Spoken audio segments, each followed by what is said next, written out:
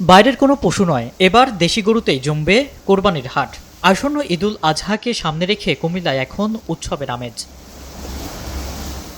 সীমান্ত পার হয়ে কোনো ভারতীয় গরু যেন ঢুকতে না পারে সেজন্য প্রশাসনের কড়া নজরদারি চলছে, আর তাতেই মুখে হাসি ফুটছে স্থানীয় খামারিদের। ন্যায্য দাম পাওয়ার বুকভরা আশা নিয়ে রাত দিন পশুর পরিচর্যায় ব্যস্ত সময় পার করছেন খামারিরা। কুমিল্লার ছোট বড় খামারগুলোতে এখন শেষ মুহূর্তের প্রস্তুতি তুঙ্গে। সংশ্লিষ্টরা আশা করছেন এবার শুধু কুমিল্লা নয়, আশেপাশের জেলার কোরবানির চাহিদাও মিটবে এই অঞ্চলের পশু দিয়ে।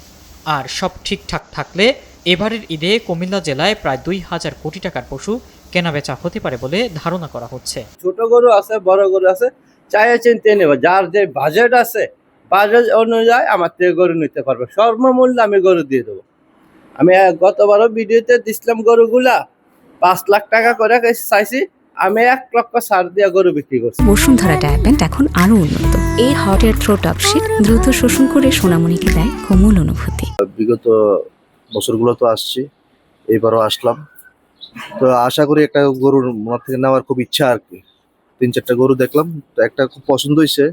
তো দামে একটু হইতেছে, আশা করি এটাও হবে না, নিয়ে যেতে পারবো। জেলা প্রাণী সম্পদ দপ্তরের হিসাব বলছে এবার কুমিল্লায় পশুর কোনো ঘাটতি তো নেই, উল্টো উদ্বৃত্ত রয়েছে। ১৭টি উপজেলায় এবার কোরবানির জন্য প্রস্তুত আছে ২,৫৯,৭৫২টি গবাদি পশু, অথচ চাহিদা রয়েছে ২,৪৭,৫৮৬টি। অর্থাৎ চাহিদার চেয়েও প্রায় ১২,৩০০টি পশু বেশি রয়েছে, যা অন্য জেলায় পাঠানো সম্ভব হবে।